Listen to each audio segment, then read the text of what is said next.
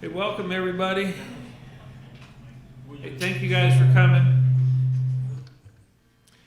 My name is Barry Lynn, and I run the Open Markets Institute with a bunch of great partners. And I have with me Angela Huffman, who is the co-founder and vice president of Farm Action, and these are our fantastic partners. And we've been partners with Farm Action since their founding, and with both Joe and Angela and everybody else at Farm Action for many years now. And we're just thrilled to have them along today on this event. I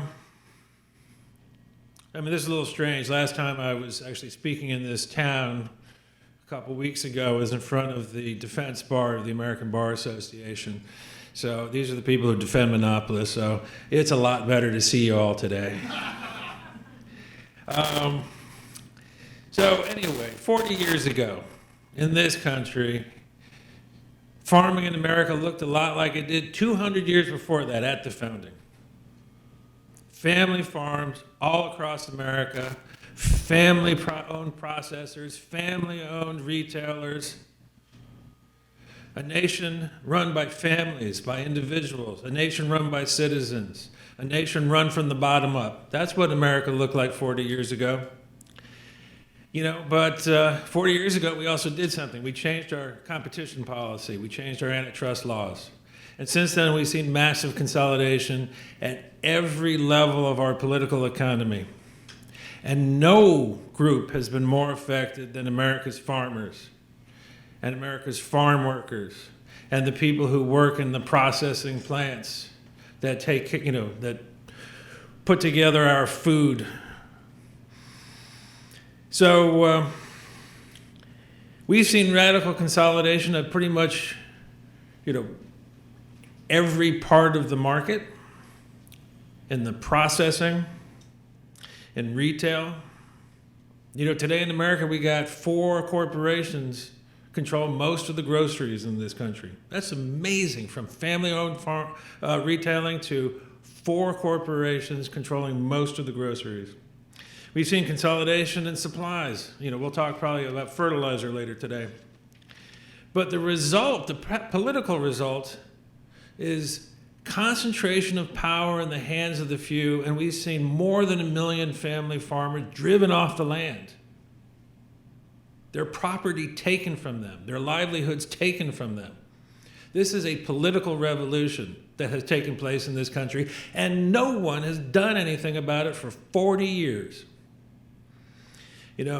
Last July, though, President Biden did something really amazing. President Biden came out with an executive order that said, we're going to do something about this. And even better than that, he said, we are going to get rid of the philosophy of anti-monopoly that has gotten us into this problem. We're getting rid of the neoliberal thinking. We are getting rid of it absolutely. He said the theories, the ideas of Robert Bork, a second-level intellectual of the last generation, had failed, and we're getting rid of those. So this is a foundation. President Biden has laid a foundation for us to build something radically new. Today we're here to actually see how well his administration is doing thus far in this effort. It's not entirely a pretty picture. We want to be pretty straightforward in our assessments. But one thing that everyone should understand is that this is a discussion among friends. Not everybody in this room is a Democrat, but I think everybody in this room is committed to working constructively with the administration to realize the promise in President Biden's actions last summer and his words last summer, and to rebuild a democracy in our political economy, and most especially in our farm economy. So I'm going to turn it over now to Angela.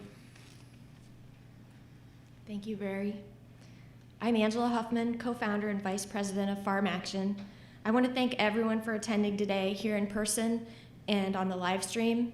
I want to thank Open Markets, our partners on hosting this event, and all of our speakers and panelists.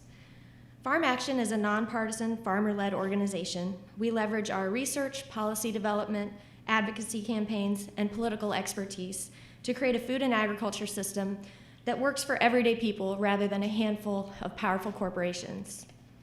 Our goal in developing and releasing this midterm report card is to hold federal departments and agencies accountable for implementing the food and agriculture initiatives set out in President Biden's sweeping executive order on promoting competition in the American economy. This is one of the most important actions that we should be undertaking. This executive order represents a once-in-decades opportunity to take action against the corporate power that's driving farmers and ranchers off the land, putting workers in harm's way, closing down small businesses in our rural communities, and leading to fewer choices and skyrocketing prices for all of us who eat. Today, the control over our economy that a handful of corporations maintain is a threat to our democracy and our national security. Often we raise concern about the four-firm concentration ratio, or the CR4, which refers to the market share of the four largest firms in a sector. Experts say that abuses are likely in a market where four companies control 40% or more of that sector. In beef, the CR4 is 85%. In soybean processing, it's 80%. In pork, it's 67%. But this doesn't tell the whole story. It's only the numbers. We want all of you to know why it matters. Today, through a video presentation and a panel of experts, we will be presenting the on-the-ground impacts of this heavy consolidation.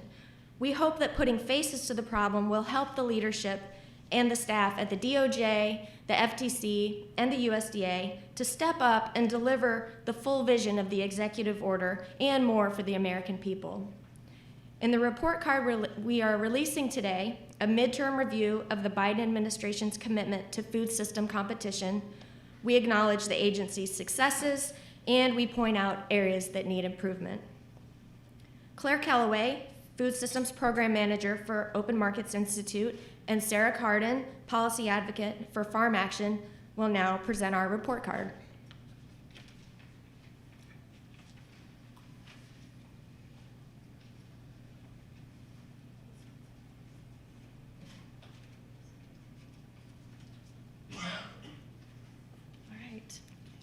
Hello, everyone.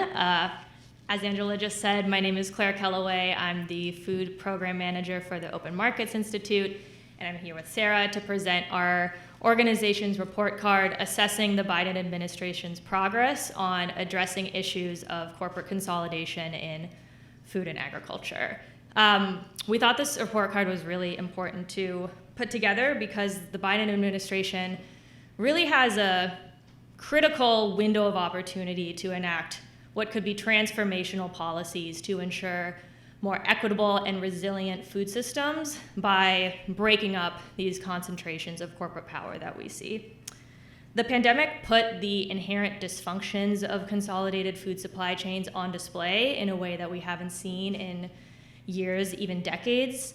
It brought much needed media attention to this issue as well as political attention. From many, including the White House. The White House's interest in enhancing fair competition, not just in the food system, but across the entire economy, was articulated most clearly in the executive order promoting competition in the American economy, which was issued early of July of last year. And it describes dozens of directives for numerous government agencies. And today we're here to assess the Justice Department, the Federal Trade Commission, and the USDA's work thus far on fulfilling these objectives and suggestions put forward in the executive order. So, as Claire mentioned, we are here to present our report, which is assessing the USDA, FTC, and DOJ's progress on the directives related to food and agriculture within the executive order. We have given weighted grades to any measures directly referenced within the order. We relied upon our own combined expertise and feedback from farmers and ranchers within our network to determine which directives would have larger impacts and weighted those measures to reflect our assessment. It is important to note that this is a midterm review. These grades are by no means final, and in fact, the main purpose of this report is to provide these agencies with constructive feedback so that they can improve their performances before the end of the Biden administration's first term. The report is broken down by agency, with each report card followed by an assessment that provides our justification for these grades. Today, we will walk you through these report cards and our thinking behind these grades, and then we look forward to answering your questions. So we will begin with the Department of Justice, which overall we are generally pleased with at this point. They had a little bit of a late start in new leadership, but have since been talking the talk and starting to walk the walk. Mergers that once may have been waved through are now being investigated, such as the investigation of Cargill Continental's joint acquisition of Sanderson Farms, as well as the blocking of U.S. Sugar's acquisition of Imperial Sugar. They are also showing significant grit and determination as they enter their third trial in a tough price-fixing case in which criminal charges have been brought against several leading poultry industry executives.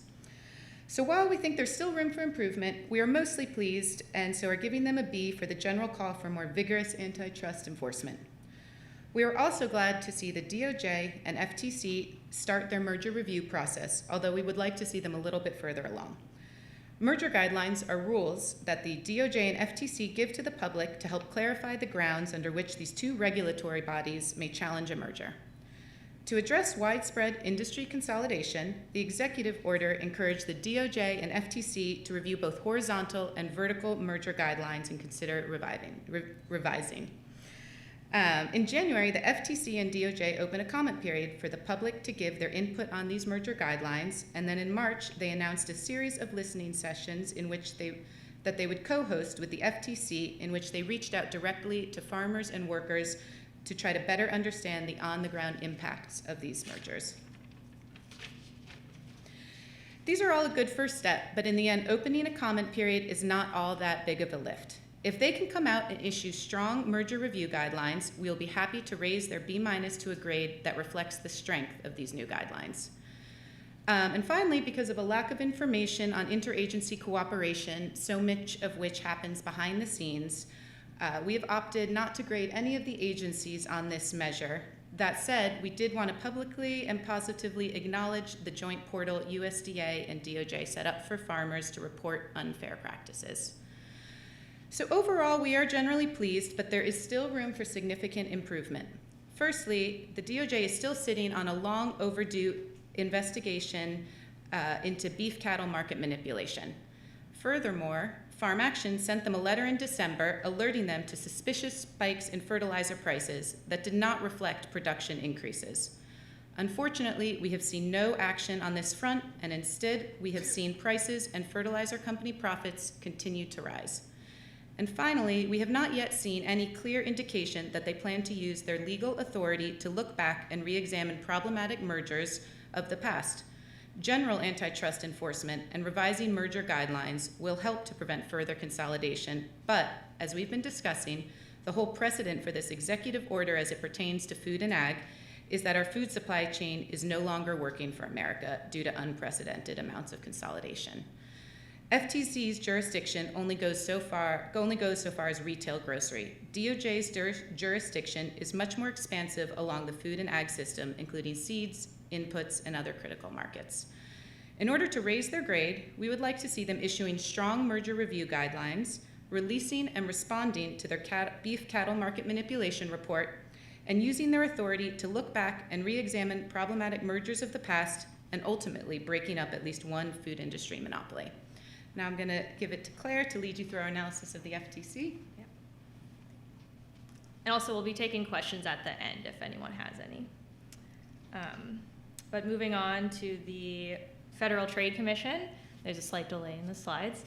But overall, I think we're encouraged by the posture and commitment of new leadership at the Federal Trade Commission to reform our antitrust laws in order to take on more vigorous enforcement, but measuring their words against the actions as laid out in the executive order, especially where it relates to food systems, we think that they've made decent progress, at least given the circumstances.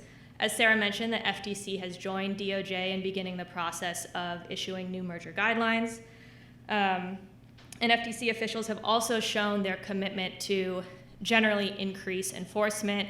One example being last August, they passed a unanimous policy statement to increase their enforcement of repair restrictions and monopolistic repair tactics. So when companies withhold tools, schematics, anything that's essential to repair a product, thus allowing the manufacturer to essentially monopolize the market for repair of that product. That said, Farm Action, along with National Farmers Union and 6 state-level farmers union, have a complaint in front of the FTC asking that they investigate John Deere in particular for these monopolistic repair restrictions. And so we'd like to see this policy statement turn into enforcement against some of these repair monopolists where proven. And beyond merger enforcement, the Federal Trade Commission also has a lot of authority to issue rules banning deceptive and unfair methods of competition. And the Biden's executive order does direct the agencies to explore this authority. And so when it comes to general rulemaking on, again, deceptive practices and unfair methods of competition, we decided to give the FTC a C to recognize the fact that last August they did pass a rule that was designed to crack down on fraud in products that carry Made in the USA or Made in America labels. This applies somewhat to food where USDA's jurisdiction over country of origin labeling doesn't apply, which we'll talk more about later. But the Commission has also paved the way for further rulemaking by making a working group on this issue. That said, the Open Markets Institute, along with several farmer organizations, have a petition in front of the FTC to ban exclusive dealing, which is a conduct that is quite prevalent in the food and agriculture system and really locks up market access and shuts out competitors. And so we would hope to see the agency act on this petition. The executive order also directed the FTC to make specific rules restricting the use of non-compete agreements, which are employer provisions that prevent employees from working at competing organizations. These are prevalent across the economy, but also in the food system, especially in the fast food industry.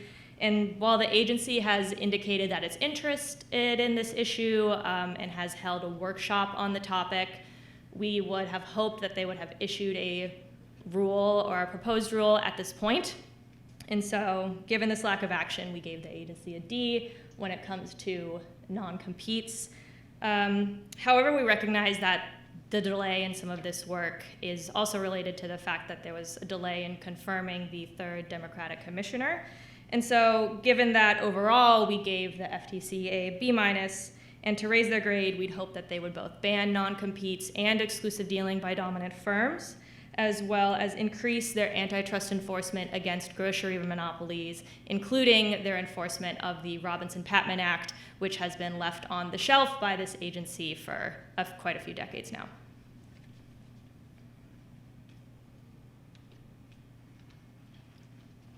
Just going to give the report card a minute.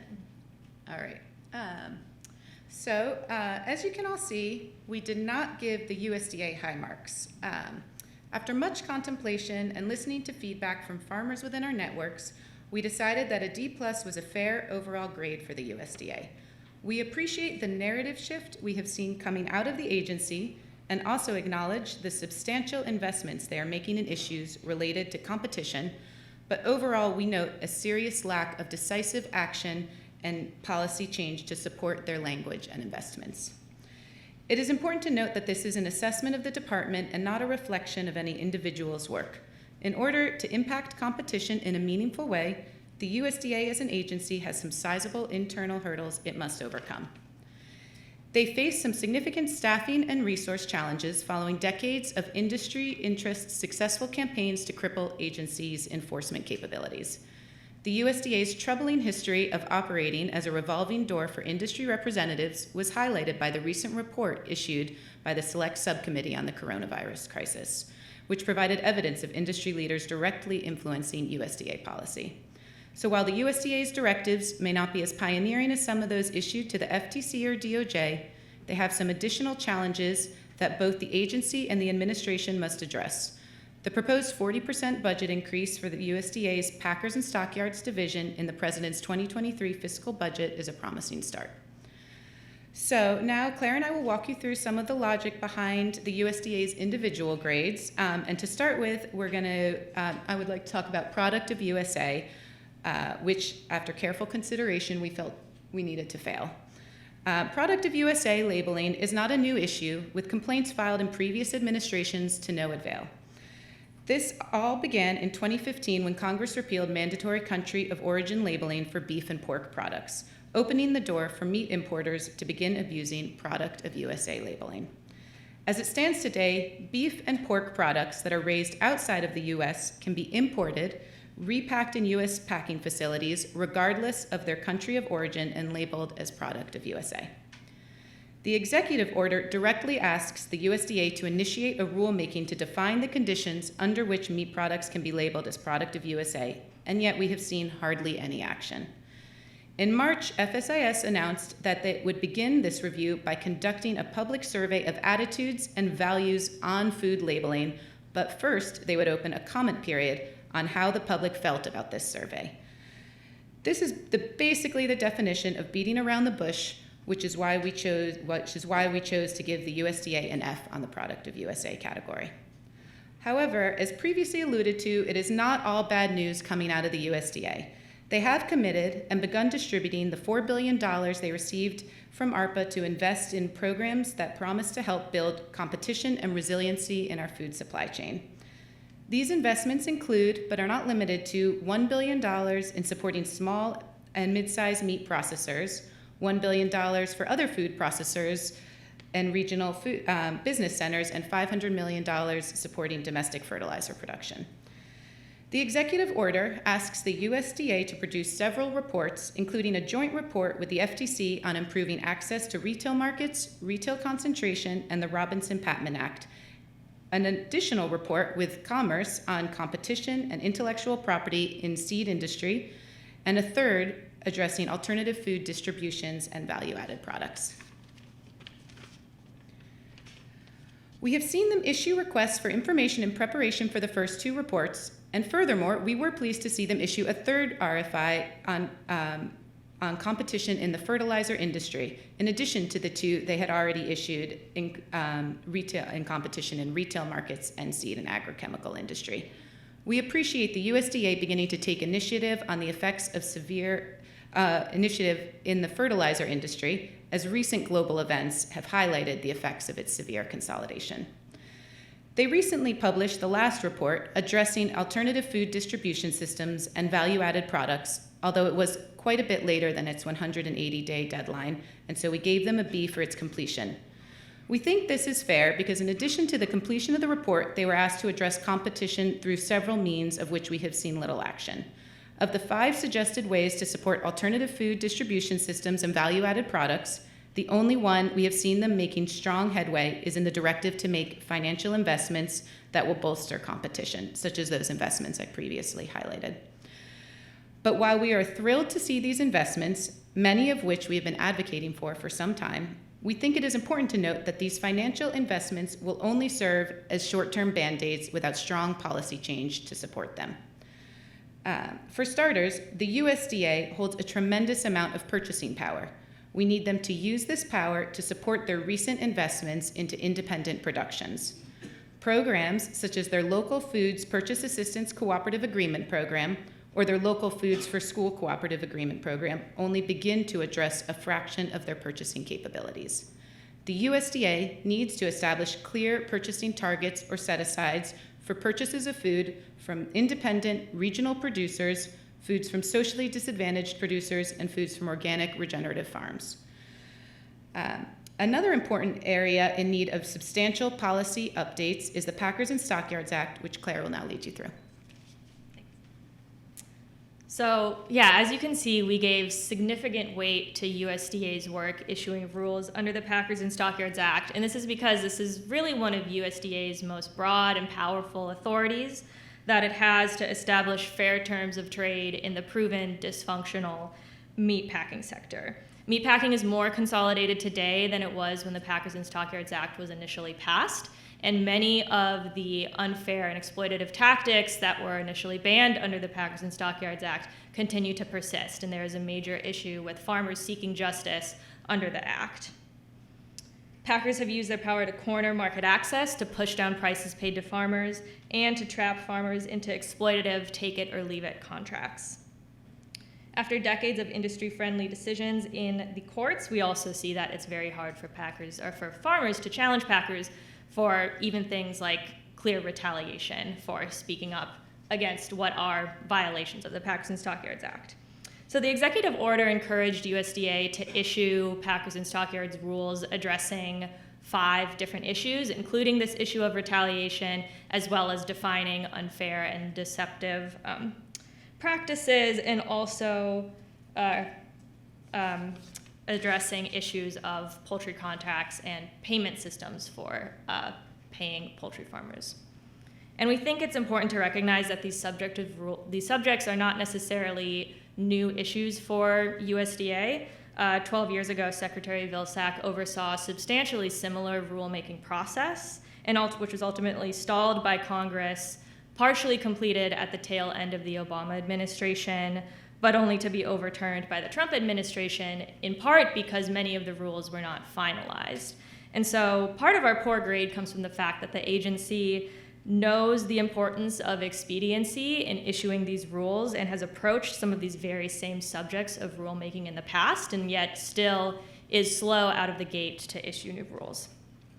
That said, we did not fail the USDA's work here because the agency has made its rulemaking intentions clear. They've promised 3 rules: one that would settle whether or not farmers need to prove a harm to industry-wide competition in order to bring claims under the Packers and Stockyards Act, another to define these unfair and deceptive practices, and a third to regulate tournaments payment systems in the poultry industry, which have been criticized for unfairly pitting farmers against each other for factors that are often outside of their control and determined by the integrators that they work with. And just 3 weeks ago, the USDA did propose its first of the Packers and Stockyards rules. This one was related to the poultry industry, and it would require more disclosure in poultry contracts and payment systems. And we think this is a very well considered and thorough first rule, and we think it shows a lot of promise for the rules to come. However, the agency has pushed off some of the most important questions that were directed in the executive order and initially promised when it comes to regulating these unfair tournament payment systems, and they've pushed that down into an advance notice for proposed rulemaking. So the current proposal is at best addressing just one part of the 5 different issues that the executive order directed USDA to work on. And so for that reason, given the somewhat slow and incomplete start, we landed on a D for our grade. However, we are optimistic that with swift additional rulemaking, the USDA can turn this around and do right by farmers. Additionally, to raise the grade overall, we'd hope that USDA would strengthen their Product of USA labeling, improve price discovery and transparency in food spot markets, and also identify clear procurement targets that support fair and regional food systems. And with that, we have some time for questions, I believe. I actually don't have a clock, but I think we should have about 10 minutes, or 5.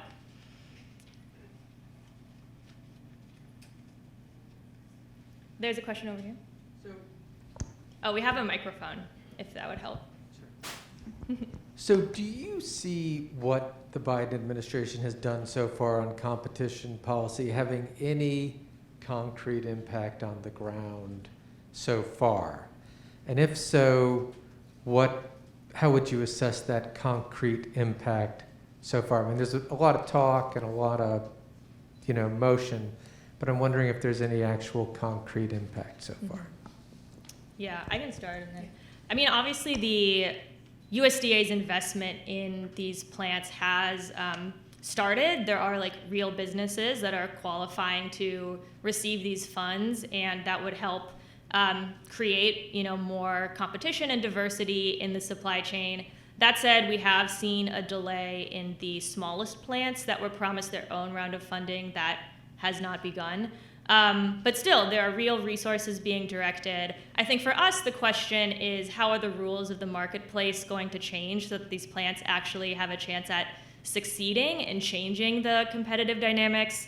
Our concern is that absent some of these other rulemakings, which I guess, as you noted, they've promised to do but haven't actually enacted, you could see some of the same market dynamics that created the levels of consolidation that we have today and make it so hard for these small plants to succeed. So I guess in summary, there is real resources and real money going to help build up this industry, but I think whether or not that will change the dynamics will depend a lot on the policy that they enact.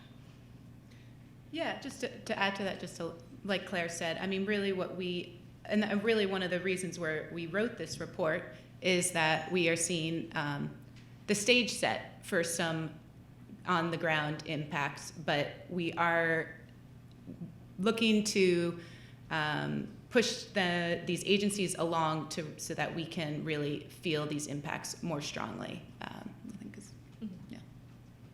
Anyone else? Hi, I have a follow-up concrete question about fertilizer. We know we have an emergency internationally in here, and you mentioned the $500 million that President Biden has mentioned. If you or anyone here, what is exactly happening with that? Are they giving money to some of the biggies? Because CF Holdings, as you know, it's major news internationally that they're just arbitrarily shutting one of their two biggest fertilizer plants in Britain. I mean, it's obviously an international thing. So what's going on with that $500 million? Excuse me. I think that's an excellent question, and one that we are all looking forward to learning more details about. In general, we are advocating strongly for these funds to come with certain restrictions, such as some of the language we've seen in the meatpacking funds that would limit access of some of the larger industries to these funds. But I have yet to see the details on what they're doing. I don't know if somebody else has seen those yet, but I haven't seen them yet.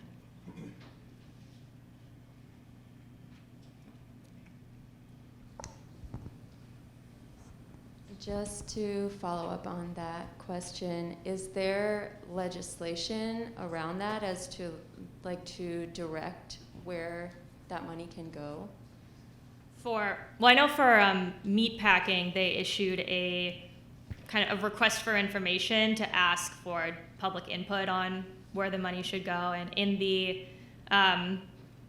grant making process, there'll be stipulations. So we do have some sense. They've put some restrictions on the largest meat packing plants are not, I believe, not eligible for this. And also, one of the concerns we have is, what's stopping these small plants from eventually being acquired by these large funders. And so there have been indications that there would be, clawback or restrictions on plants that received government money from, being acquired by large plants, or those funds would not, or the companies might have to repay back those funds. I forget the exact specifics, but generally, to your question, it's USDA who has been issuing the standards for who receives these funds, as opposed to legislation, but that's okay. Sarah and Claire, thank y'all for your work on this report card. My name's Trina McClendon, and I am the owner-operator of Trinity Poultry Farm in Southwest Mississippi. So I'm very vested in what's happening with the Packers and Stockyards Act. I have read the proposed rules for poultry growers. It's better than it has been in the past, but it still doesn't go far enough. So my question is, of course, in those rules, it doesn't really address the tournament system, which is very, very unfair. I can give you, for instance, so I'm in a small market. I'm in the Macomb production division of Sanderson. And they decided to pit us against each other just within that market. Normally, I am in competition with Collins and Hazelhurst division, but they decided just to do Macomb. So there's basically 3 growers in my week that I sold. All 3 of us kind of in the poultry industry, we pretty much stay in the same week that we're in. So we kind of know who we're competing against because it really never changes much. So all three of these growers that sold in my week are all very excellent growers, do well as poultry growers. And so what happened, there was only three of us, right? One was above, one was the average, one was below. Now we're all top growers, we all get bonus pay, and suddenly, you know, somebody's below that's in that top. So I can see that these proposed rules are not going to address the situation as farmers need them addressed, as growers need them addressed. And as I looked back at the rulemaking, this started in 2010. Then they went to GIPSA in 2016. All the rules just got shelved. Nothing's been done. So how can we push USDA to not sit these rules on a shelf? So I know there's a comment period, but I would like to see these rules enacted soon because I am waiting to find out whether or not this buyout is going to be allowed to go through. Now, in this buyout, if you're not aware, 2 days after the $4.5 billion announcement was made by Sanderson Farms and Cargill and Continental Grain, they were on my farm giving me a pay decrease, okay, and only for farmers in Mississippi, which is a Sanderson-founded company, is a Mississippi company. So I'm very vested in what's happening here, how we can push, not only as growers, but as reporters and others to get USDA to do their job. Yeah, I can start. Yeah. Thank you so much for sharing. I think that hopefully was really helpful for the audience to understand some of the unfairness in these tournament payment systems. And yeah, I mean, as you said, there's the transparency rule, but there's also an advance notice for proposed rulemaking that's asking these questions about basically gathering more information about should USDA regulate or even ban the use of the tournament system, as well as other considerations for how farmers are paid. So drawing attention to that comment period, and for sure adding that information is important. And also for farmers who have been experiencing unfairness like you have, reporting it to the USDA and DOJ's joint portal. That's another way that we believe they're collecting evidence to support hopefully stronger rulemakings. But yeah, I mean, to the question of, we gave them a low grade in part because of what you're saying. They have not been acting as swiftly or with the urgency that we think this issue needs. So yeah, I guess just, I do think raising these issues to them is important, covering the delay, covering the opportunities for the advanced notice of rulemaking. But I don't know if Sarah has anything else to. Okay. Yeah. Thank you, Trina. Yeah, thank you. I think we have time for one more question. I'm going to piggyback on what this nice lady said about delay. We have learned in the last year that our government can be nimble when it finds it necessary. And every day that the USDA delays, another farmer goes out of business. So we need to get in my opinion, we need to kick the USDA and say, no, you can't do this anymore. As with the Product of the USA, to have another survey. So maybe I don't know what the action is, but we'll support any action where we say when you get these directives out there, there's a timeline. And if you don't, then you have to have consequences for your actions. So I'm just hopeful that with all of the wonderful work that you all have done, that we can put a timeline on these things. We started the Product of the USA in 2018. She started her product in 2010. This is ridiculous. Thank you. Yeah. So I think with that, we're going to go on to a video that Dee from Farm Action will open up for us.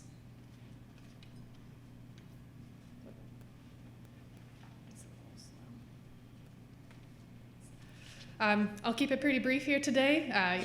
Y'all are not here to see me, but just want to give a couple, just a little bit of framing to understand, who you're going to hear from in just a minute. So even if you yourself are not a farmer or rancher, everyone in this room, as people who eat, we are all impacted by the levels of concentration our food system has reached. Many of us here today could cite facts and figures about how this situation came to be, which specific policies enabled the corporate takeover of our dairy, our fertilizer, our cattle, our grocery retail sectors.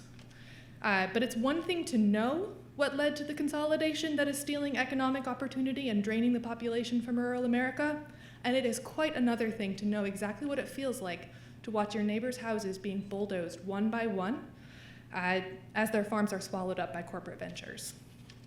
So in this short video, which I'm about to play, you'll hear 10 voices describing what it's like to live, work, and try to earn a fair wage in a system controlled by a few powerful corporations.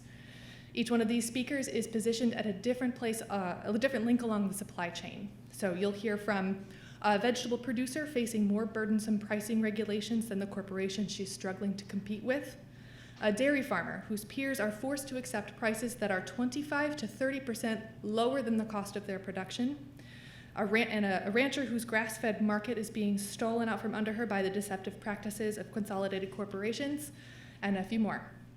These folks' lived experiences can convey with so much more urgency and detail than I ever could exactly why competition reform is so important.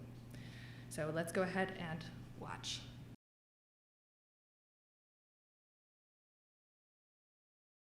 We farm the major three commodities: soybean, wheat, and corn. We don't have a public grain elevator. So the only place for us to sell our grain now is either to Smithfield or to Purdue. There is very little market for small scale family farmers, especially minority farmers, due to these consolidations. They basically, dictate when we can harvest and when we can sell and what the price is. If we have Cargill, which is this mega company already, and Continental Grain acquire Samson, it just further consolidates and makes it challenging for our farmers, our growers and producers to be able to get a fair price. These companies already have a history of price fixing. These are not good actors. And so they pretty much set the price, and they work with each other to keep it where they're still profitable and the farmers are indebted to them. We want to have a free and fair market. That's what the United States is about. And that's what farmers are about. Well, the area was a lot different whenever I was growing up. We had neighbors close to us, and everybody knew one another. It thrived. The community thrived, with the uncertainty and often on the farm, especially in the last 7 to 8 years where we're out here and we're not guaranteed of covering the cost of production. So a lot of farmers either went broke or decided to quit. I've seen the number of farms diminish greatly. We've had the big farmers getting bigger. The big, they don't rely on the local businesses to keep their operation going. It takes away from the county revenue, and so our schools are consolidating. We had a grocery store in Golden City that disappeared. We had lots of things for kids to do. There was movie theater, that's gone. Used to, if you was driving down the road and you saw a neighbor having problems with changing a tire or something like that, you automatically stopped in and helped them out. As it changed, why most of the people just drive by as fast as they can go by. Now these are just mega CAFOs, 10 to 20 houses, 600 to 650 foot long barns. You're talking bigger than football fields, right up against a neighbor's home. Here in Delaware, we are number one in the entire country with 97% of our rivers and our streams polluted. We have communities now that are facing massive well contamination. And with that, health impacts, birth defects, miscarriage after miscarriage, animals having seizures. Because there is so much power consolidated, it is almost impossible to get any type of meaningful legislation enforcement because the scales are tilted. It's just too much power. The particular hog CAFO that I visited was located in Sampson County, North Carolina. One of them would say, okay, salta, súbete, jump. They would all jump up on the rails, you know, the pens. From the bottom of the pens, this liquid would come up. It was a pink, slimy kind of a liquid right up on top of the workers, splashing. That was the chemical that they used to clean the pens. And I remember talking to them like, what is this stuff? Nobody knew. And then that liquid would go out into the lagoon. Their housing was just right up the hill from the lagoon. They're drinking water, they're bathing themselves. Almost every one of them, if not all of them, had stomach problems. I would ask them, do you have concerns? And folks would say, yes, but what can I do? And the only other options there in that area was another CAFO down the road. As a farmer, you don't have too much choice. The corporation has certain requirements. If you don't do them, you don't have the contract. Whatever happens to you, the farmer, and whatever happens to you, the worker, that's not their problem. They just want their money. That's it. The folks that are making money from these operations, they're not in those communities. They're not living where there's, you know, where you can't go outside because of the smell in the air and the amount of flies. The only people that are left there are the ones that can't leave. And those are the disposable people. And that's going to be the poor, people of color, and the workers. There's a huge frozen pizza business here in Wisconsin. And so we hear from cheese processors, okay, the pizza factory is expanding. It needs to get bigger to be able to sell to the increasingly consolidated retail sector.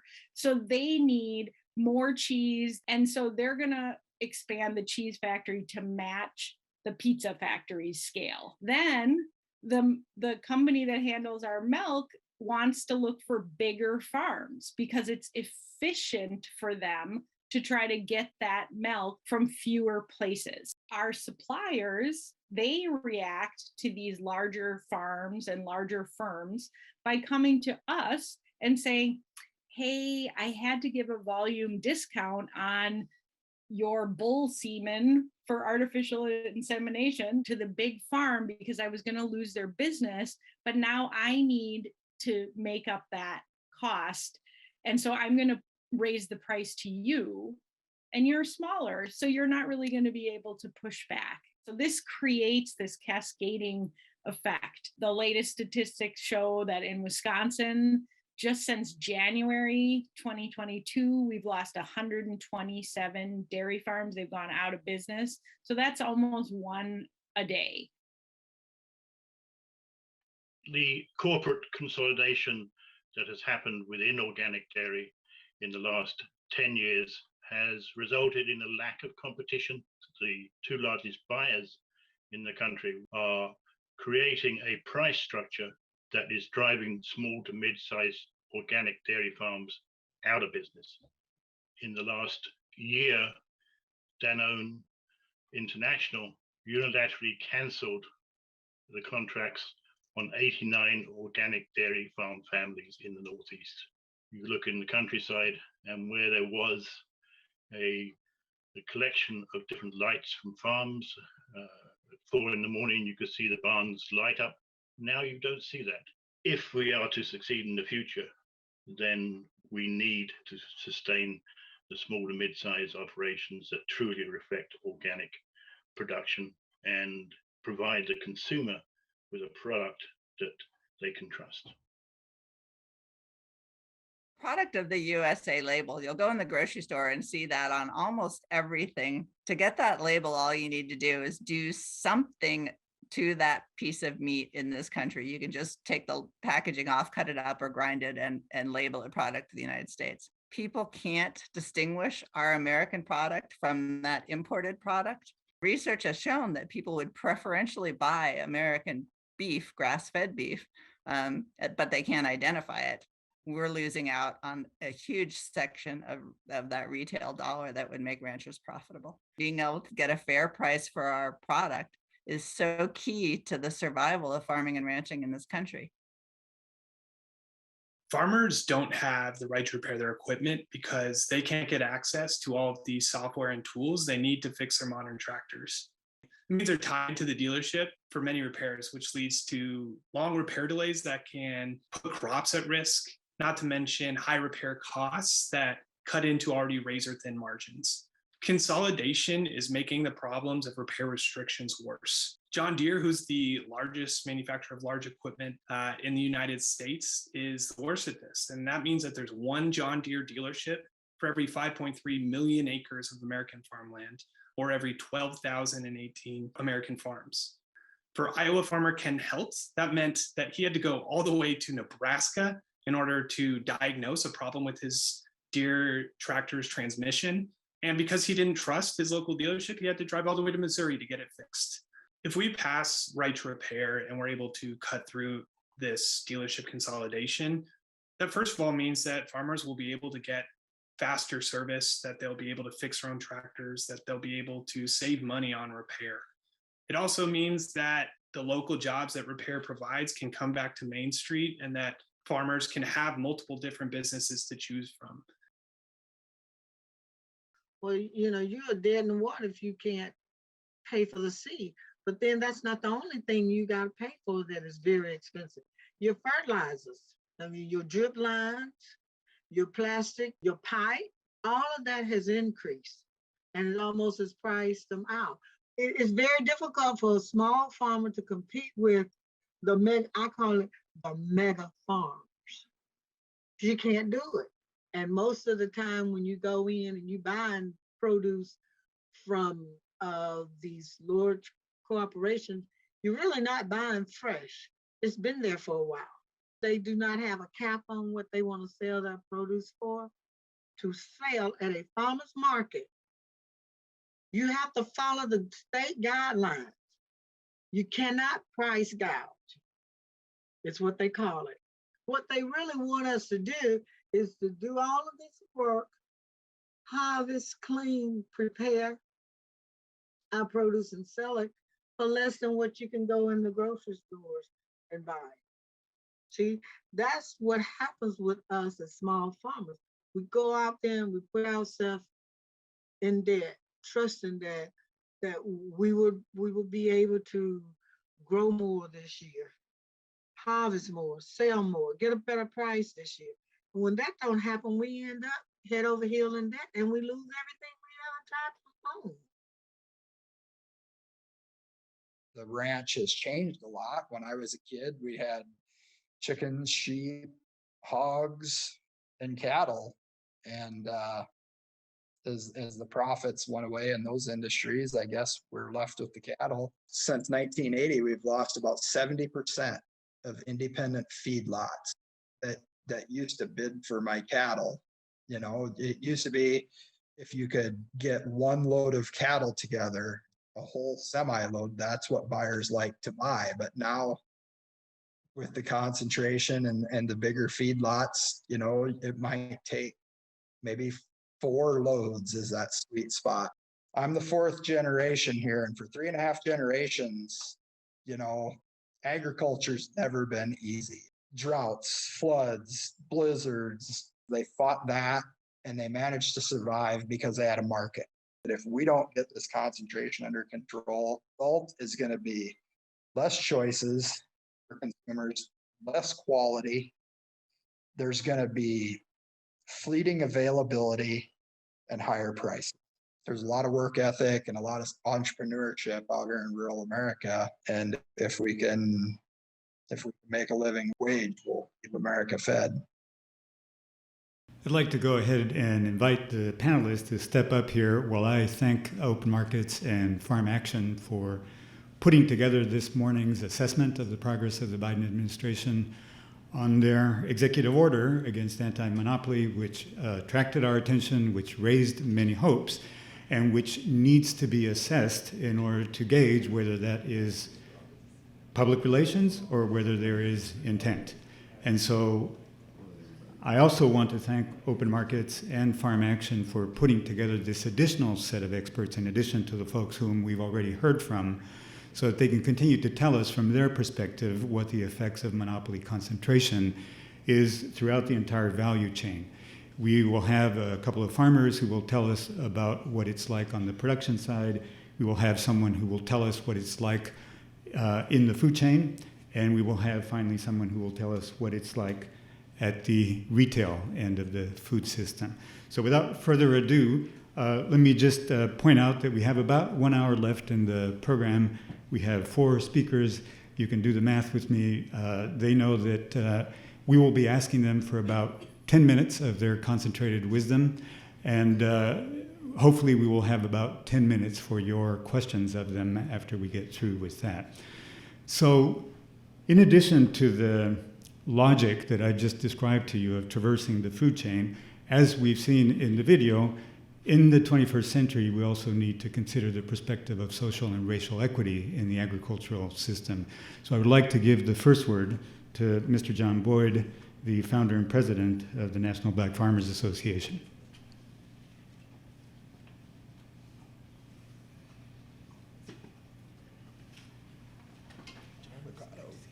Good morning, everybody. Oh, we can do just a little bit better than that. Good morning, everybody. Good morning. All right, there you go. First of all, I'd like to thank my colleagues for putting on this awesome discussion that I believe is long overdue in the agriculture industry. So can we please give a round of applause for those all that were involved in putting on this report card. The many voices that you heard in the video, I thought was excellent how they selected the various voices that we heard this morning. I would like to talk a couple of things. One about, of course, competition. The issue of Cargill, I believe, gets an F-. The report card was too nice to Cargill. You want to be the largest food company in the world. You want to control fertilizer, the grain market. But you don't want to tell America how every farmer is going to be a part of that particular process. So when we continue at the National Black Farmers Association to challenge, and I'm actually opposed to it in writing to the Department of Justice, who I haven't heard back from yet. When we challenge these companies, they immediately go out and find a black face and run a television commercial that, oh, we've changed the way that we look, but you haven't changed the way that you do business. That's what's wrong with large-scale companies that continue to want to come to get larger and larger, but the actual farmers themselves, they take away the choice and they take away the voice of not only black farmers, but the American farmer in this country. Large-scale farmers should be opposed to it too. They're taking away their voice as well. And you heard someone touch on John Deere. I believe get an F-, in which we've challenged the way that John Deere services black farmers. For example, I am a 4th-generation farmer, and next year I will be celebrating my 40th year as a farmer in this country, producing food for America. Somebody should say something. 80 seasons, and I've seen a lot of things happen and change in those 80 seasons, but the Department of Agriculture certainly hasn't changed the way that they do business. But John Deere, after we challenged John Deere, we actually boycotted John Deere because of the lack of service towards black farmers. For example, I've been experiencing some of that type of discrimination in my own county, where they choose the words, well, John, there are other farmers that we have to keep going and keep their machinery going, and we'll get to you when we can.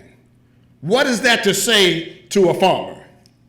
That your farming operation isn't just as important as that other farmers in the particular county that they're speaking of. People, that's wrong. And when you remain silent in the midst of wrongdoing, you've become just as guilty as the company itself who's doing the discrimination. We have to come together in this country as farmers and producers and organizations and bring this country back together by the same seam in which it has become divided. The most racist part of this country is in rural America. Oh yes, I'm going there this morning. The Trump flag flying high, Confederate flags flying high. Black people on one side, white people on the other. In the past 10 or 12 years, America has become more divided because we're not having real conversations like this. People, we've got to come together if we're going to overcome the challenges that we already face as farmers in this country. $6 diesel fuel prices.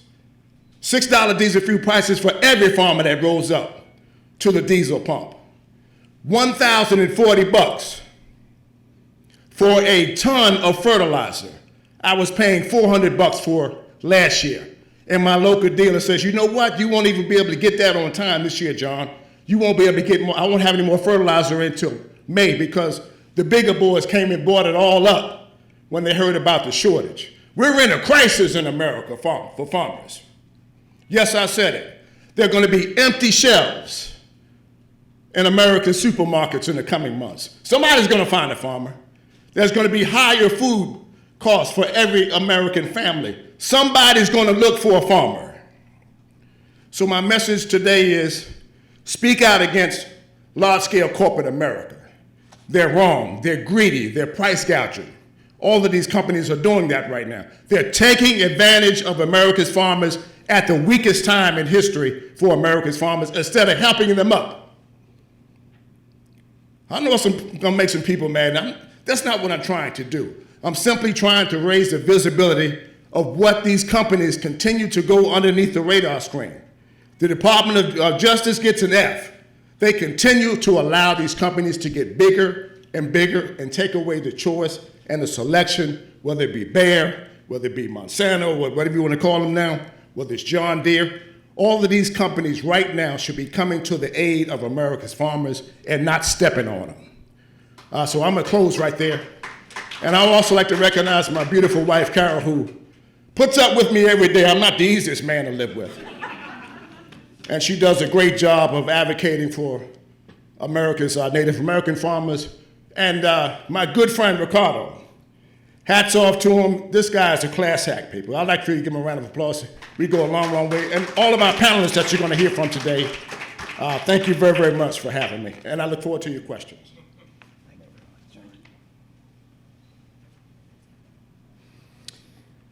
I knew we could count on John to get our blood flowing.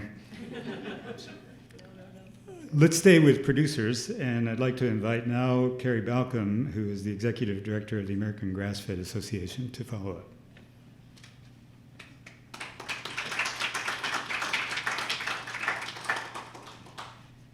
Thanks, John. That was a hard act to follow. My name is Carrie Balcom, and I'm the Executive Director of the American Grass-Fed Association, and we represent producers of bison, beef, lamb, goat. We also have dairy standards for grass-fed dairy, and we also have standards for pork. Now it's pastured. A little history about me is that I grew up in a little small town in rural South Florida called Immokalee, and for those of you who have not heard of Immokalee, you've heard of the Coalition of Immokalee Workers. Well, the idyllic life that I lived in the 50s in Immokalee was a hell of a lot different than the idyllic life that's there now. Progress in Immokalee now is building another dollar store. The big chains of grocery came in. Of course, it's no longer the family-centric rural America that I grew up with. It's all the money is taken out of the community now and not put back in the community, even with the focus on that little community. It's just not happening. And what John said is that they're talking about us and not to us. We started in 2003 when the USDA was going to put out a grass-fed label claim that said you could feed your animals 20% grain, give them antibiotics and hormones, confine them, and call it grass-fed. We fought back until 2007, and then we started our own certification program. That was 19 years ago. In 2018, with the help of Joe Maxwell and his team, we filed a petition with the USDA to change the policy, not the legislation, on product of the USA. That was in 2018. Joe Biden and his administration put it in the executive order last July. We now have a survey asking people what they think about it. Okay. This nice lady started in 2010. I don't know about you, but if somebody in my family delayed that long, to use my mother's term, they'd be snatched bald-headed. So I'm just trying to say is that we've got to change the way we do business with the USDA. We can no longer allow them to get away with this delay. Every day we delay, another farmer goes out of business. Another farm is bought up. Another farm is somehow indoctrinated in this corporate mentality. The release of funds it's wonderful to get the press release that they've released funds, $1 billion here, $1 billion there, $500 million here, $500 million there. But when you drill down on how that money is released, a lot of times the small farmers cannot apply for it. They're not eligible to apply for it. We need oversight. And who is to do that oversight? I know everyone in this room took time off from their regular lives and their regular phones and their regular emails to come here to change that. But who do we hold accountable? These are questions, not answers, so we're looking for them. The USDA purchasing, we need guidelines from USDA purchasing to make sure that our farmers have the opportunity to come together to build aggregate supply to be able to apply for those contracts, because right now they cannot. In the mid-1994, 1995, we worked with the school lunch program. And I asked the lady in charge of the school lunch program, I said, if I got a carload of Colorado lamb, can I sell it into the school system? She said, well, if your paperwork's right, sure, but you can't do it because you have to have 10 carloads of lamb to sell it, to buy into that program. We need to unconsolidate the school lunch program and other things so that people can buy local food to put in their local schools. Recently, there's one thing that really bothered me and should bother all of you, is that a major retailer in the United States, 2 studies came out that the products that they were selling that said raised without antibiotics tested for antibiotics. What has been done about it? This is a major retailer who purports to be local, purports to be all of these things, and yet nothing has been done about it. Or has something been done about it? We don't know. Truth in labeling. The labeling laws or requirements or policies in this country are absolutely crazy. Product with USA is just the fact that you can take a carcass off of a cargo ship in a port on the East Coast, repackage it, and send it all over the country and call it product with USA is just demeaning to every American family farm and farmer and to the American public. And I'm part of the American public and part of the American family farm. So there's also truth in menu. There is no truth in menu, none. You go into a restaurant and it says local. What does that mean? And trust me, you do not want to go out to lunch or dinner with Mike Kellicrate, because he will make the chef come out and tell you where that food comes from. And I think every one of us should do that. And that's something that we need to work on. The niche markets that we all purport to be part of have now been co-opted by corporate agriculture. We no longer have niche markets. Grass-fed, all those other just labels out there are now just labels, because they take them and they run with them, and we lose in the meantime. So we're changing the way, like John said, you're changing the way you look, but they're not changing the way you act. And I've been with AGA since it started in 2003, and I'm going to stay here until we get some major changes.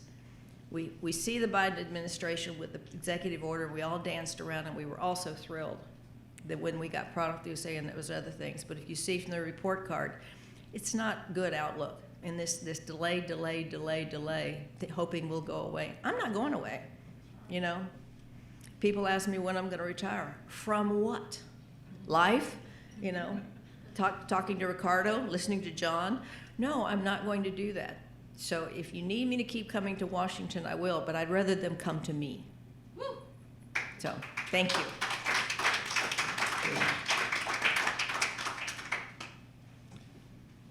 Thank you very much, Carrie. We're going to continue now into the food chain, and we're going to be hearing from Dennis Olson, who's the Senior Research Associate and Policy Analyst of the United Food and Commercial Workers International Union. Dennis?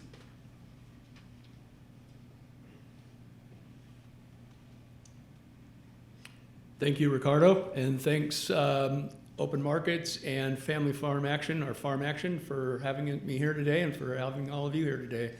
I wanted to pick up on the theme that John mentioned about that we really need to have everybody working together here, because as we've all heard, we are facing these sprawling global corporations that just have really unlimited power in so many ways.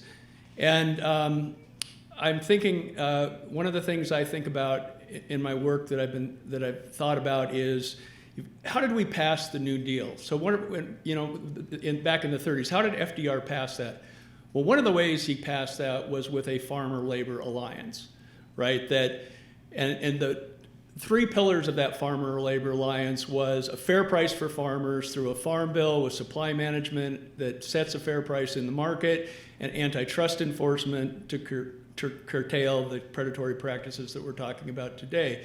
But the other pillar of that was the bedrock labor laws of this country. That was the first time in history that the United States of America actually recognized the human rights of workers to organize a union.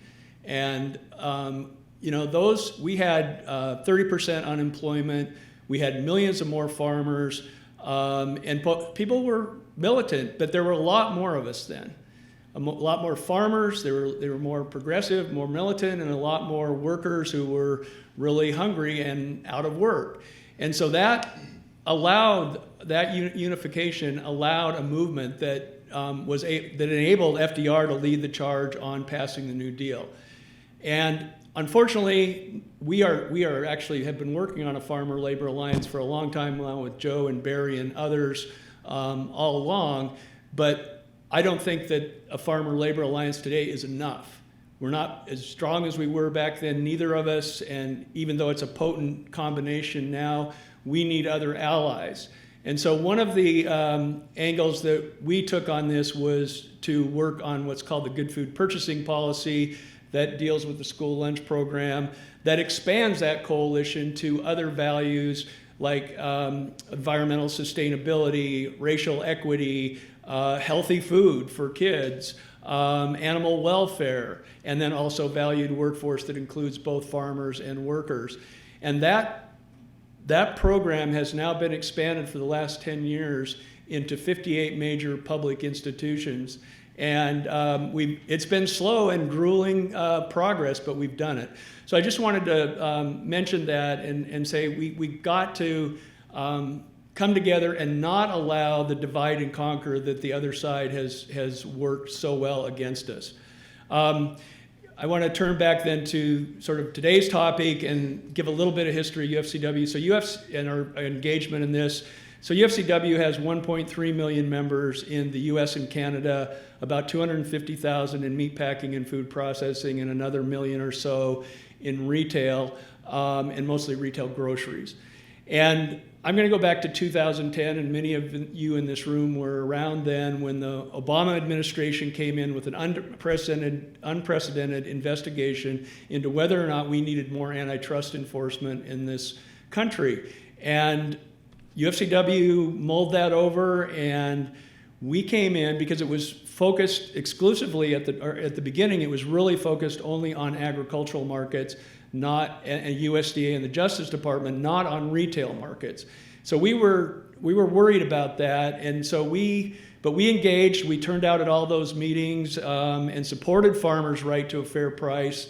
But we also came in with the caveat that we were demanding that the Obama administration bring the FTC to the table to investigate the rise of Walmart's buyer power. Because in 1988, Walmart wasn't even selling groceries, and by this time in 2010, they'd grown to control 25% of the national retail grocery market and were bigger than their next three competitors combined.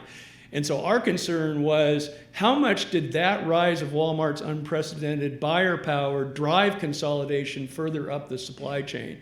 So for example, Tyson Foods, the biggest meat processor in the United States, at that time was selling about $13 billion worth of meat every year to Walmart, which was 15% of their sales. So we were concerned that, and of course, what we're concerned, to what degree can Walmart squeeze Tyson, who then can turn around and squeeze farmers and kind of make up for it. And so we were concerned if the antitrust actually succeeded and got fair prices to the farmer, that Tyson would turn around, and we didn't fix Walmart's buyer power, that they would turn around to us in the bargaining table and say, well, you're going to have to take less. So that's how we positioned ourselves. People who know who followed that know what happened. It was a good run. We actually got the FTC in at the end of that, but it was too little too late, and the backlash was already starting, and the Obama administration withered in the backlash of the industry. After that, Amazon merged with Whole Foods. We opposed that merger because we saw the concern of Amazon being a disruptor in other sectors, and we were concerned about that in retail grocery. And just more recently, right before COVID, we filed a petition with other unions to have the FTC investigate anti-competitive practices and specifically wage suppression by Amazon. So there is that angle. But I also want to then sort of pick up the story after the collapse of the 2010 initiative. If you fast forward to the drought of 2010 and 11, we got hit, right between the eyes, because about that time we got word from one of our locals in Texas that Cargill's Plainview, Texas plant was closing down 2,000 union scale jobs, Cargill beef plant, because they ran out of cattle because of the drought.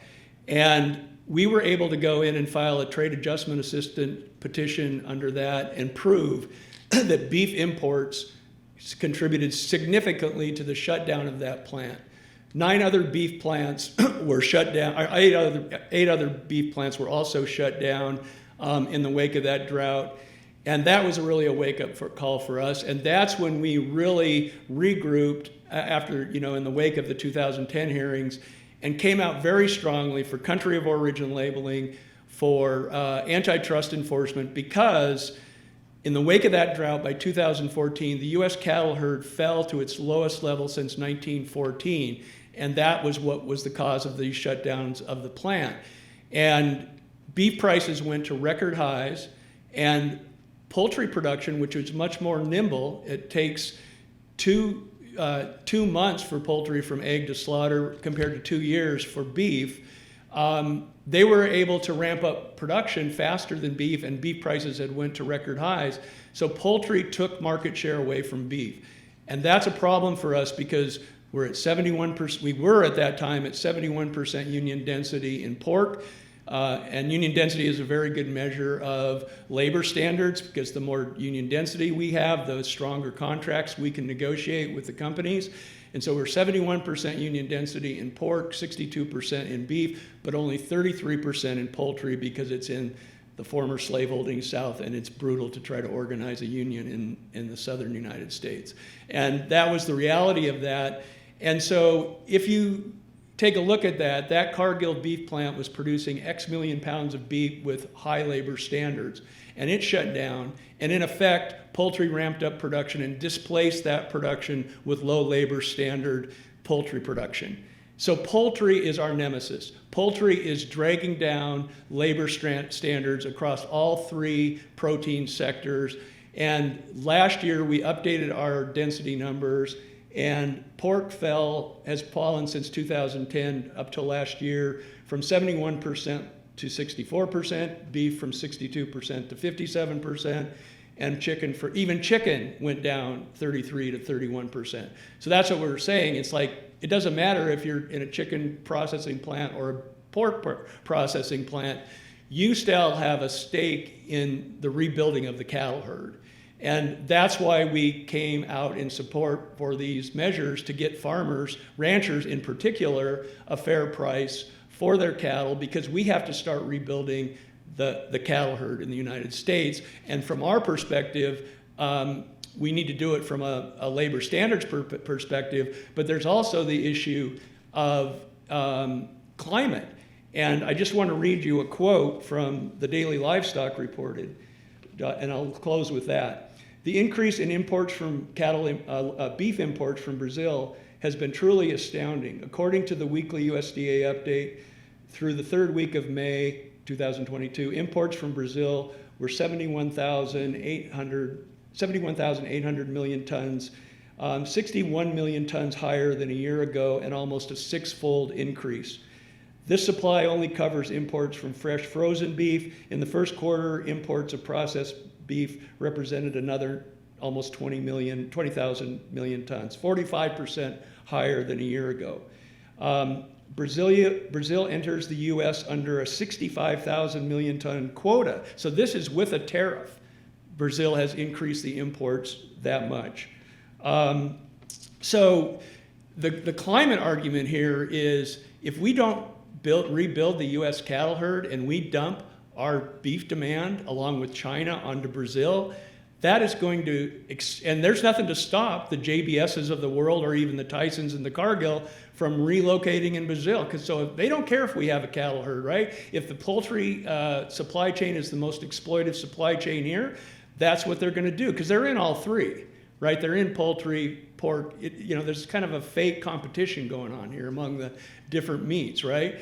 And so they don't care if they can relocate their beef plant in Brazil and expand that herd into the rainforest.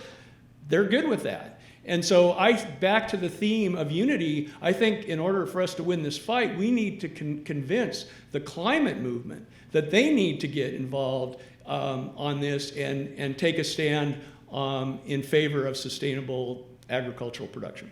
Thank you.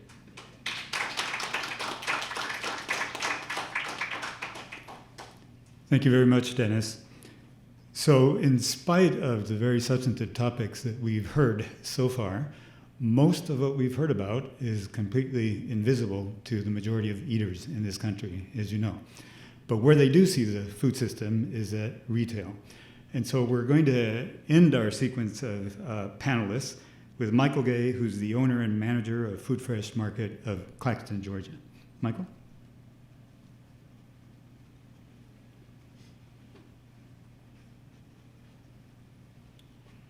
How's the saying go? You save the worst for last? Is that how it goes? Anyway, thanks for having us here today. Just to touch on some of the stuff that these guys have been talking about and why the antitrust Robinson-Patman stuff is so important to the end consumer. It's no secret out there that there's some big box chains that pull prices that I just can't get. My warehouse is even, when they go to the table to go, hey, we'll buy at whatever level we need to buy it to get that price. They're told no, that's not feasible. And so obviously it hits our consumers a little harder. And so the prevailing argument's always been that, well, that's a good thing for the consumer, so we're going to let this ride. We're not going to put antitrust stuff onto it because at the end of the day, the consumer wins in pricing.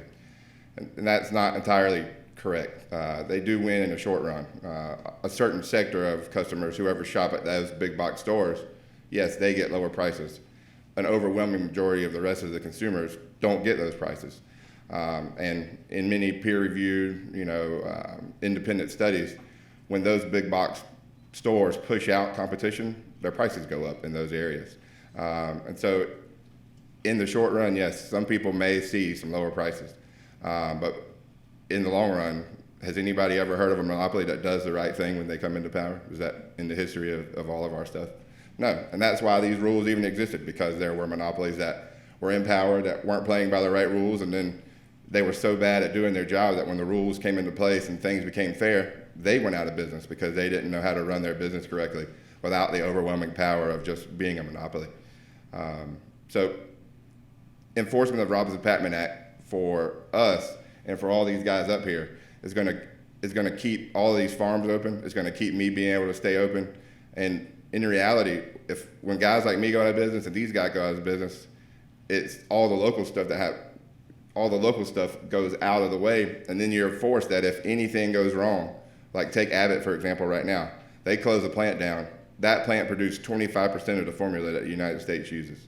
So when that thing closes down, there's kids dying right now because that plant's closed down, because we've let consolidation happen to that level that if anything goes wrong in that chain, there's nowhere out. When he doesn't have a farm or they don't have cows anymore, there's no other way. If their farm goes up, there's no food left because nobody's growing it. And so again, on my side of that, you know, as the dollar stores move into smaller areas and they don't carry any fresh product, you know, and independents end up closing, you know, no big box stores go into a small town to build a store. It's not profitable for them there. But yeah, I'll get a phone call from the government going, hey, we'll give you money to go back into a place and open a store back up just so you can be profitable. Well, just enforce the rules that already exist, and we won't have to spend that money as taxpayers to pay me to go back and open a store up that we already closed. So, you know, this is all simple stuff. I guess here, obviously, it's very self-serving for us, or it seems that way. But just look at history. We're right on the path again of letting monopolies come into force, and all we're trying to do is show you, here's what's coming. Yes, it may look bad that we're the ones telling you, but this is what we do for a living every day, so we can see it a little more obviously than everybody else. And so we're on that path of monopolies coming into power again, and I can tell you they're not going to do the right thing. And so we're just trying to get that stopped before it becomes a problem, and then there's no way out for us. Then or we're going to have to spend tons of money for him to open his farm back up, or for me to open a store in a food desert where people don't have any access to fresh meat and produce anymore. So, you know, we're just here trying to show that side of the story and hope that you guys understand that, you know, we are fighting for the greater good, not just for ourselves. Thank you.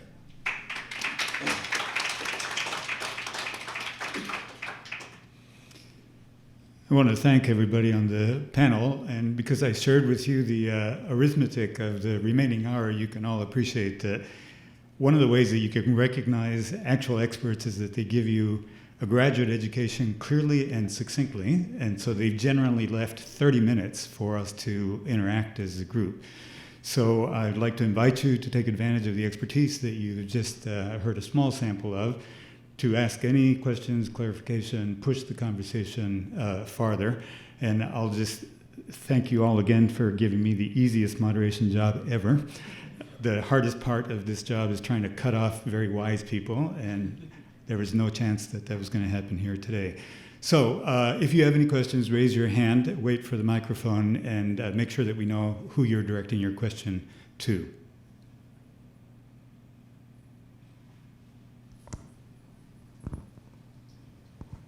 John, a question for you.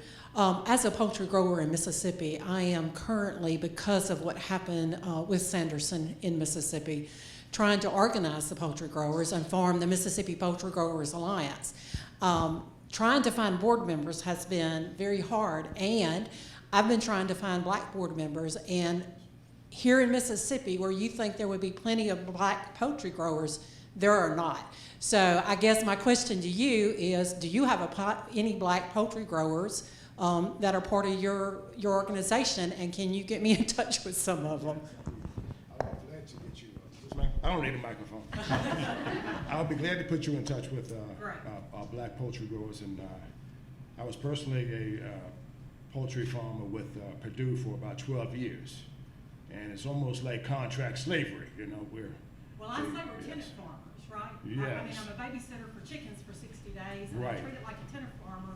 And you got poultry out here, which is the big guy, like in the 1930s, and then you got all the growers underneath that. Yes, where the companies want more and more from the actual producer, and they provide less and less of the actual contract.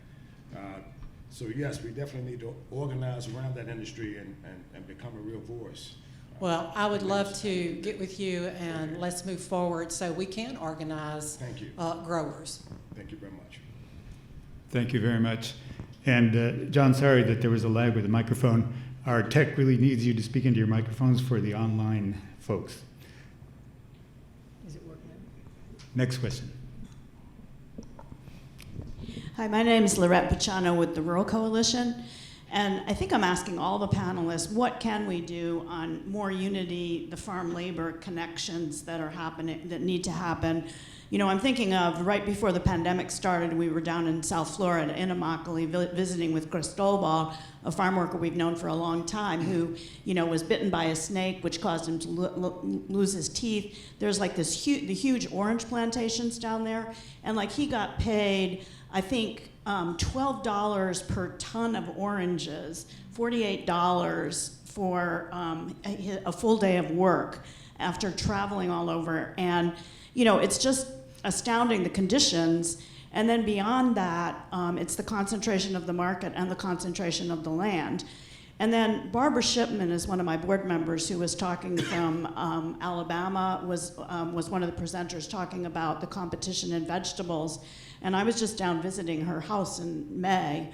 And she's a Gulf War veteran, she's an Army veteran, she's a 5th-generation farmer, and she lives in this very small community of Araton, which is where the cotton plantations used to be. They call it the Governor's Trail. It's where George Wallace was, and West Point Pepperell and all the textile people moved out, and now it's chicken houses. She has a chicken house right up the hill from her organic garden. She said, yeah, my husband was out in the barn, and I looked, and there was a huge 12-foot boa constrictor, and that snake had my husband's foot in its mouth. And they're coming from where the chicken plants are, where it's mostly Hispanic workers. Barbara has adopted the small school there. She knows there's 356 kids. She has land she calls cottage house. She brings them out. They do gardens in the summer. She's a major force. She said we need them in the community. But I'm also thinking about, the workers know they have snakes around where the poultry houses are. And what do we do about the whole issue of there's no workers' compensation in most of the country? And if workers are not protected, we see it in the dairy industry. One woman with Alianza Campesinas had a cow fall on her, without getting a transport to the hospital. The working conditions are horrible. We also, I think, have to think of other things we can do to rebuild the rural communities. They need community facilities in these communities. And, they have to drive 30 miles to the grocery store. And so I think all of these pieces, how do we weave them together to make a better future for the farmers, for the workers, and for the rural communities? Thank you very much, Laurette. So here's a question that Laurette addressed to each of you. The root of it is that there is not the same protection in terms of occupational safety and health for folks on the farm, farmers and farm workers, that people who work in white-collar jobs just expect as a part of their employment conditions. There's some interesting history behind that, which our panelists, I'm sure, will be able to amplify on. So, Carrie, why don't we start with you and then go across the table? Well, the majority of our farmers and ranchers that we work with in the grass-fed industry are independents. There is very little consolidation, aggregation, or anything because they want to and there is no movement to aggregate us. As far as the barriers to health care, the majority of our producers is that one family farm member works off farm to have health insurance. We're trying to cure that by offering health insurance through our organization for those people. As far as the farm workers that you're talking about, the tomatoes, the watermelons, the cantaloupe, the cucumbers and all those things, is that's controlled by a different market, and Dennis and John would be better served to answer that one. As far as independent ranchers, again, at this point, the majority of those are helped by either some type of subsidy or off-farm employment.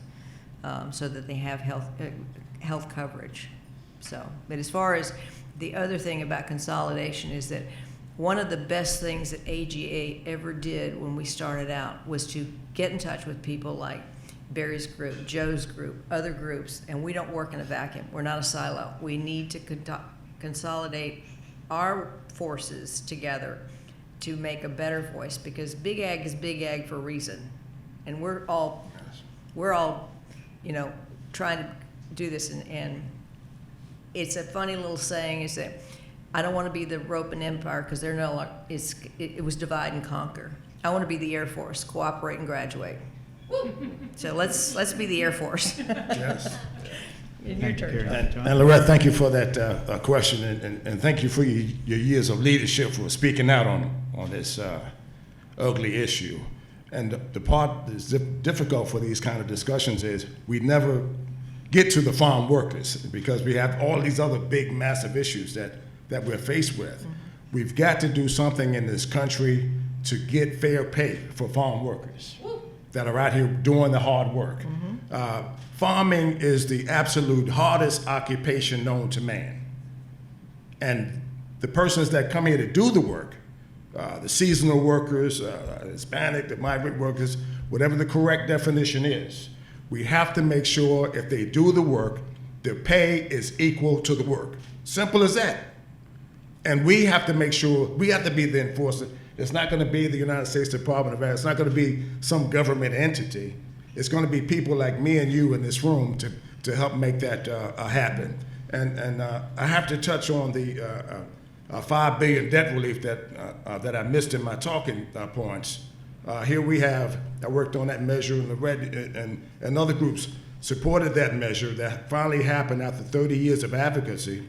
We were able to secure $5 billion in debt relief, $4 billion in debt relief, $1 billion for outreach and technical assistance. And then we were sued by primarily large-scale white farmers in 12 different complaints in federal court blocking the payments to these farmers of color, Black, Hispanic, Native American, and other ethnic groups. And today we sit here and still don't have those payments.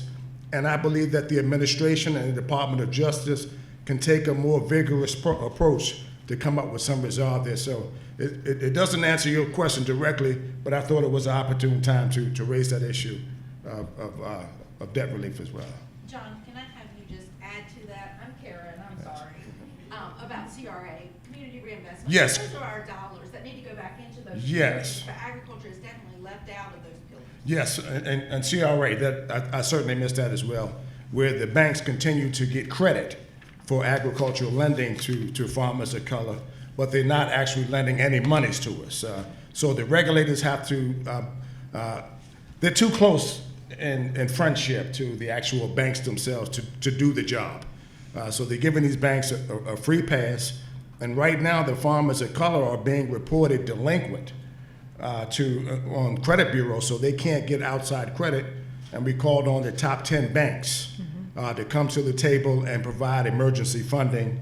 And as of yesterday, they haven't committed a damn dime to it. So we got to do better, and we have to hold CRA, these banks accountable. We have to hold USDA accountable. We have to hold the Department of Justice.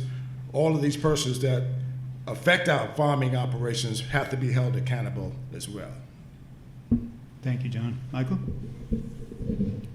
So obviously I don't quite know as much about the farm workers stuff as anything else, but I will touch on these 2 points because just like everything in the world, a lot of this rolls back to money. So the simple thing, one thing would be funding the FTC to full employment so that they can actually enforce some of these rules. Nobody up here wants to have workers that aren't taken care of because we actually are the CEOs of our company, unlike big companies, so I gotta work with you every day.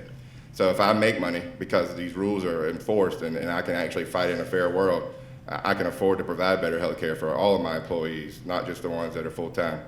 And secondly, there's been stuff in the past that would let associations such as like our state association that does the food industry or like his association for farmers could come together and use all their power to go after better workman's comp rates or health insurance rates. And every time those come up, the insurance companies fight to get those knocked down. So those are, from my side of it, very simple things that, again, once you kind of clear that money up, that always clouds everything that goes on here in DC. It allows us to have some power to, number one, afford it because the rules are enforced, and two, go together as a much bigger group of folks to get better rates for our workman's comp, for health insurance, for all the things that we want to provide to our employees, again, because we're the ones that, there's not a day goes by that I don't buy groceries in the grocery store. I mean, that's just the way it is. And so we are out there fighting with them too. So, it's harder for us to look somebody in the face and go, sorry, I just can't afford to give you health insurance right now, because right now, for me to put somebody on health insurance, it costs me $8.25 for every hour they work. So in explaining to somebody that you're paying, $12 or $13 an hour to run a cash register, that really you're making about $23 an hour, it's pretty tough for them to understand when they're going, well, you're only paying me $12 an hour. You're going, well, all your health insurance that I pay is costing me $300 a week because I have no leverage to go get better rates from these guys. That's right. Yep. Thank you, Michael. Dennis? Yeah. Yes. Well, I'll go back to my opening statement and refer back to my point about the Farmer Labor Alliance during the New Deal. And I pointed to that as an example of working together, but I also, in this context to this answering this question, need to point out that people were left out of that deal, right? And the people who were left out were blacks and Hispanics, because people may not realize this, but the South used to be solid Democrats, right? And Roosevelt needed them to vote for the New Deal. And the last thing that those Democrats wanted were black people organizing their workers on the plantation and organizing their house workers in the servants in the houses. So that was the dirty deal that was cut in the New Deal and left people out, and we're paying for that to this day. We believe that at UFCW, and my boss is also the president of the International Food Workers Union. My boss is Mark Lawrenson, the head of the meatpacking division of UFCW, and he pounds this into my head all the time. And our fundamental belief is that workers' rights are human rights as acknowledged and recognized in the UN's original Declaration of Human Rights as the right to organize a union. And that includes the right to freedom of association, to organize a union, and to bargain collectively for better wages and benefits free from retaliation. And this is the problem that we face today is almost every most employers, I think I can fairly say in the United States, whenever someone starts to workers try to organize a union, there is a whole cottage industry that has developed around making sure of union busting and suppressing the rights of workers to talk to each other about whether or not they want to have a union and what are the pros and cons of doing that, and suppressing that debate and holding captive meetings. So one answer to this is the PRO Act, is the Protect the Right to Organize Act, is all the labor unions are rallying around that and trying to get that passed. We haven't got it done yet, but that is sort of our wish list of how you would fix the abuses that are going on that front. I also just want to tell a story about the good food purchasing policy that I mentioned, because in one of our cities, as we passed that ordinance, as I mentioned, there's these 5 value categories, including fair prices for, well, it didn't have, at that point, it didn't have fair prices for farmers, but farmers were part of it. But we were able to get in there that one of the highest scores in the value of the workforce category is a union contract. Well, as this ordinance passed and the word got out into the small farmer movement, there was kind of pushback of the small farmers saying, look, we can't afford to pay, $15 an hour. We're worried about it, this part of this policy that includes the right to organize and having union contracts. And that sort of brought home to us, like, this just reiterated the point about fair prices that we had already been working on in the context of the wake of the drought, trying to address the rebuilding of the cattle herd. And that is, we have to support a fair price for farmers from the unions, because if farmers aren't getting a fair price, there's no way they can pay the workers a fair wage and benefit. And so we have to align. And so in that case, we actually worked to put new language in the ordinance, the model ordinance, that explicitly says that farmers have the right to a fair price that includes the cost of production, including fair remuneration for their labor and management. Now, we haven't necessarily, in the whole 10-year effort of the good food policy, have not solved that problem, right? This is part of the problem we're here today, is that farmers aren't getting a fair price. And workers not getting a fair wage is directly tied to that, not to mention if farmers got a fair price and workers got a fair wage, well, they're more likely to spend that money in our rural communities than the Wall Street bankers that are an extractive model that come in with the CAFOs and extract wealth from our rural communities. Yeah. Thank you very much, all of you. And Lorette, thank you for that question, which led to very rich points. I'm going to take some prerogative here and just try to tie all of these points together. And I'll be a little bit more crass than our very polite panelists here. We used to enslave people to do the brutal, menial labor of agriculture. And you would have thought after emancipation that meant there was a realization that these human beings and the labor that they contributed to the food system needed to be justly remunerated, so that thereafter laws and wage policy would reflect the value of people that perform the menial, brutal labor of agriculture. And as you've heard recounted, we never did anything of the sort. And in fact, we've enforced in labor law through exemptions to labor law, meaning we know exactly what we're doing and whom we're doing it to, that those workers are not subject to the same protections that the rest of us expect in our places of work. So that reflects an exploitative culture. And as our panelists have reminded us, the very reason that we're here is not because the money to cover all of the expenses in the food system is not there.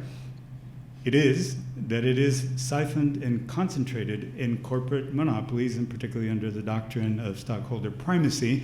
That's where the emphasis is. That's where the money needs to be concentrated under this view of economics, rather than in a way that reflects proportionally the value of everyone that's involved in producing our food, beginning with farm laborers. So I appreciate the fact that each of you had your contribution to clarify that point. And again, thanks, Laurette. Other questions?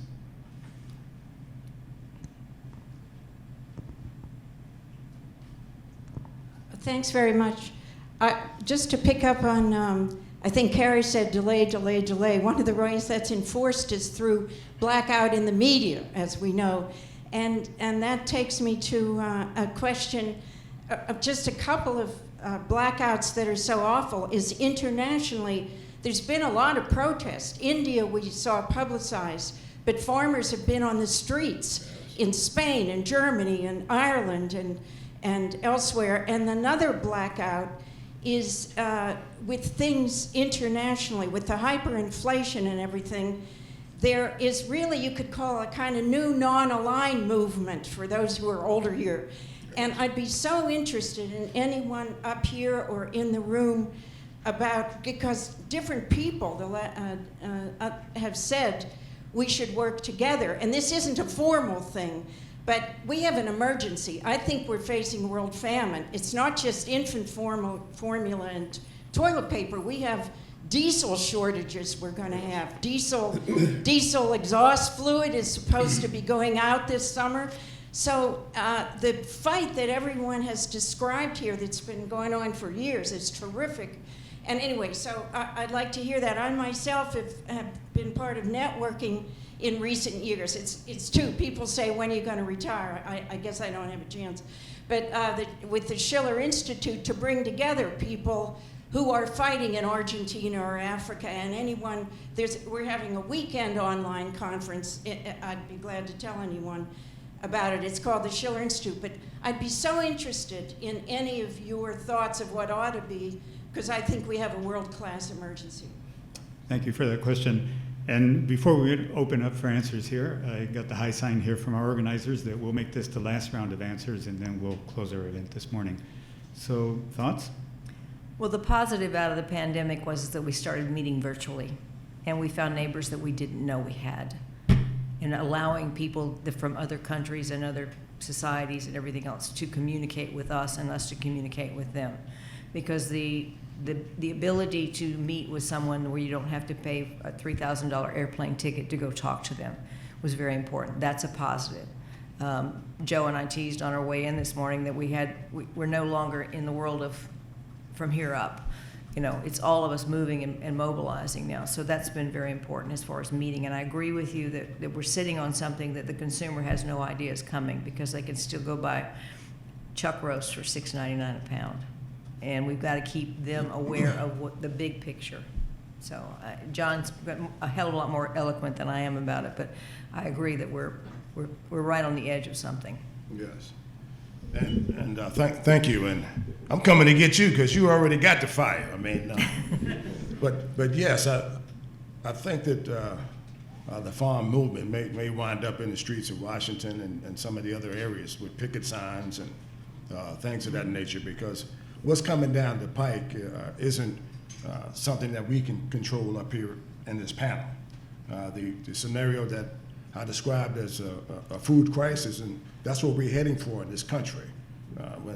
When things don't come out the end of the pipeline, that's what leads to getting others involved as well.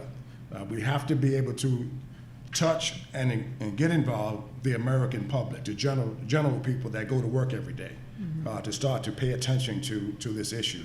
And the minute we do that, I think you'll see some change and more action around some of the things, all of the things that we've described today.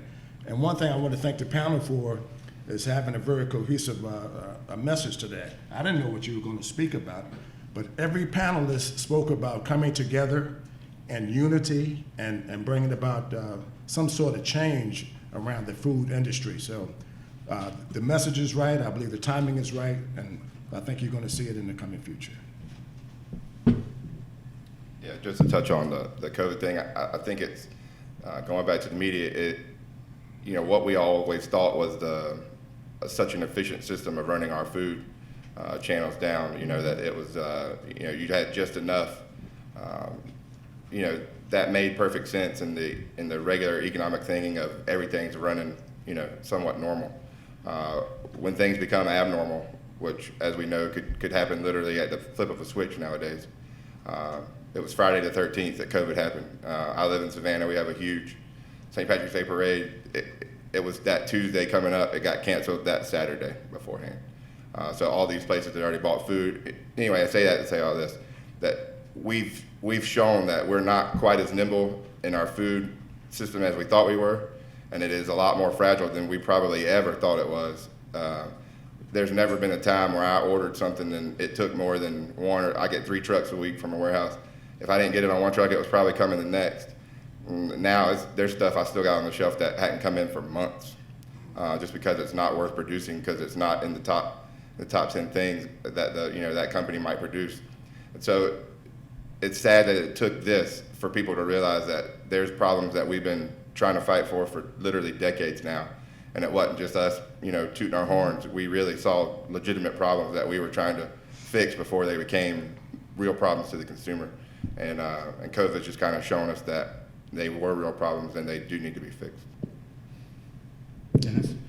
Yeah, I guess my response would be, again, going back to the New Deal for some lessons, right? Like it's, we didn't get everything right in the New Deal, but we got some things right. And one of the things we got right was supply management with a strategic grain reserve. And we got that driven home for us at UFCW, again, with the shutdown of these plants. So if people remember that, the drought started in the Southern Plains in 2011 and expanded to the rest of the country in 2012. And by that time, these beef plants were starting to shut down. Well, then we're going into 2013, and remember, the Farm Bill was totally deregulated by the neoliberals who have been attacking the New Deal from the day one, and they couldn't get rid of it because of the Depression. We needed it then. We had the political strength. They couldn't get rid of it during World War II because we needed the production for the war. But after the war, they came in under McCarthyism and called it command and control socialism, and they worked for 50 years to dismantle it, and they succeeded in the 96 Farm Bill to totally deregulate the Farm Bill and strip those last provisions of supply management out, the strategic grain reserve, the acreage set aside, the minimum price for farmers. All of those things had been watered down, but they were still there, and they were totally stripped. And that unleashed overproduction and drove grain prices to far below the cost of production. And Tufts University has crunched the numbers on that, and they added up the 96 Farm Bill for about 7 years. They figured out how far below the cost of production the feed grains were, and then they divided it up among beef, the industrial pork, industrial poultry, and industrial dairy. And if you add that up over that 7-year life of the 96 Farm Bill, it amounts to a $35 billion indirect subsidy to the industrial meat and livestock complex.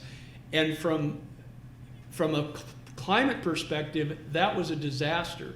Because if you go back to the 1970s, when you still had most of that intact, we had probably 40 to 50,000 independent family farm feedlot operators in the U.S. out in the Midwest.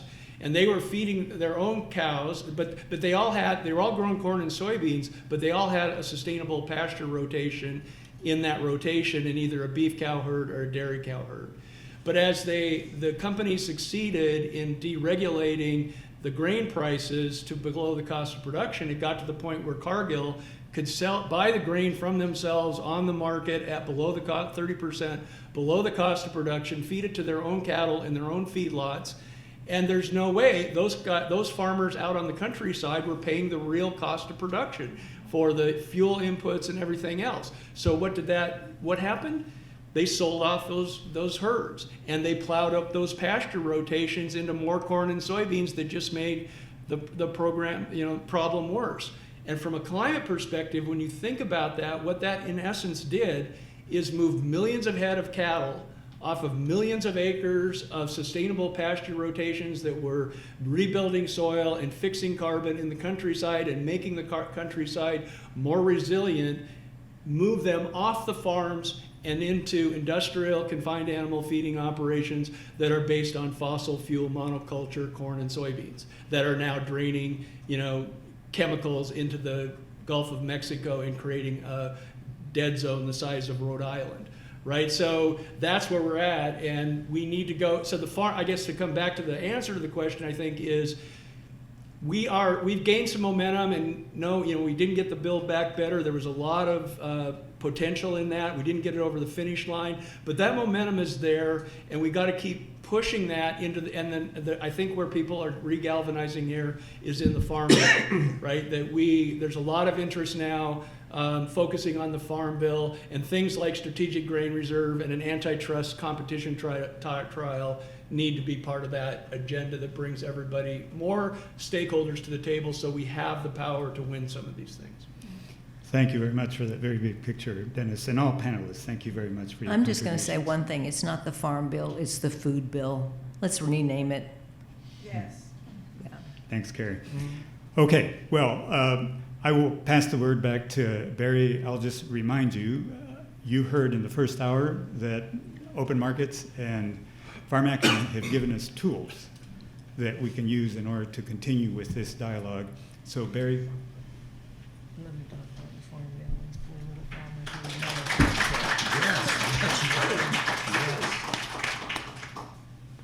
Let's give those folks another round of applause. That was a great. This is our first live in-person event in 2.5 years, and we kept it a little small. We plan to get bigger in the future, but these guys did just a fantastic job, and just thrilled to have them. I'm thrilled to have all of you today. Just so, a little summary here. John Boyd earlier said that we are in a crisis. Yes, indeed. We see prices going up, up, up. We see supply chains breaking down. We see empty store shelves, empty of food. John also said they, and he meant big business, and the folks who work for them, the politicians who work for them, are dividing us. Amen to that. And I want to conclude with an idea for how the USDA can begin to repair that divide. Earlier, Trina spoke about the tournament system in chicken farming. Trina said they use the tournament system to pit us against one another. To pit us against one another. Let's do a little history on the tournament system. In 2008, Congress instructed the executive to eliminate the tournament system. In 2010, the DOJ and the USDA held all of these hearings and established rules to do a whole bunch of things, which included getting rid of the tournament system. In 2013, someone you may have heard about this person, Lena Khan. She wrote an article on the Washington Monthly called Obama's Game of Chicken about the tournament system. In 2015, John Oliver put the tournament system on primetime TV. It is 2022, Mr. Vilsack. The tournament system, with its manipulation and extortions and its pitting of people one against another, routinely, automatically is wrong. It is economically wrong. It is politically wrong.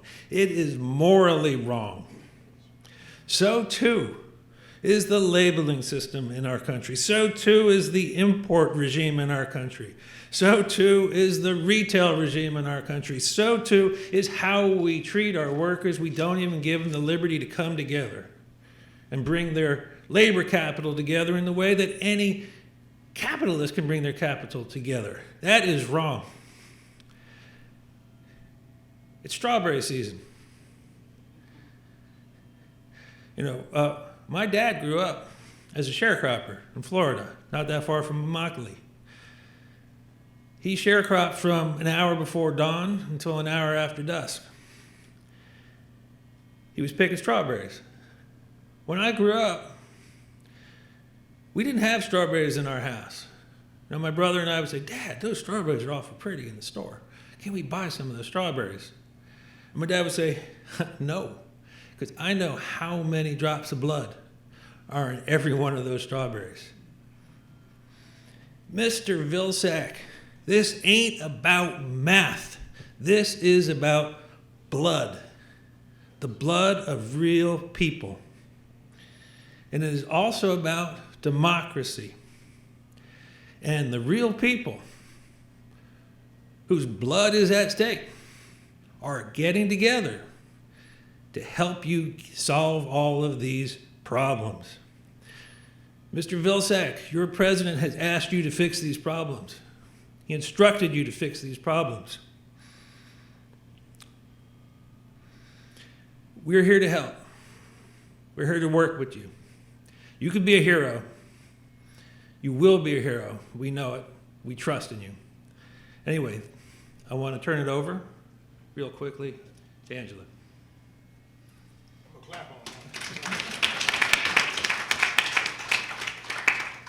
Thank you, Barry. I just wanted to again thank everyone for attending, and a special thank you to all the folks a little bit more behind the scenes handling the logistics and the technology for today's event. We really appreciate it. And then finally, just a call to action. We hope that, like us, you will work to encourage these agencies to deliver on the vision contained in Biden's executive order for a more fair, inclusive, and competitive food system. Thank you.